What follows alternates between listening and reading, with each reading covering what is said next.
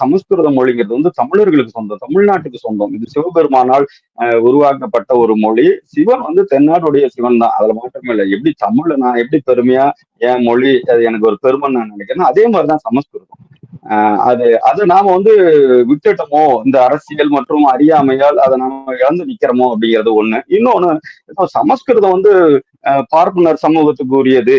பிராமணர்கள் வந்து கைவர் போலான் கணவாய் வழியாக வந்த ஆரியர்கள், அவங்க வந்து இந்த சமஸ்கிருத மொழிக்கு தாய்மொழியை கொண்டு நீங்க வந்து திணிச்சிட்டாங்கிற மாதிரி ஒரு கற்பனைவாதம் கிடையாது, கிடையாது.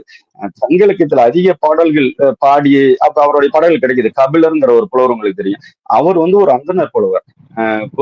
சங்க இலக்கியத்துல இன்னொருத்தர் இருக்கிறார், பூஞ்சாற்றூர் பார்ப்பான் கவுனியன் எண்ணந்தாயினே ஒருத்தர். அவர் ஒரு குறுநிலம் அல்ல, அவர் வந்து கவுனிய கோத்திரம் அப்படிங்கிறதுனாலே அதை சொல்லி சொல்றாங்க. இப்ப ஏராளமான பிராமண புலவர்கள் அல்லது பார்ப்பன புலவர்கள் சங்க காலத்துல இருந்தே இருக்கிறாங்க.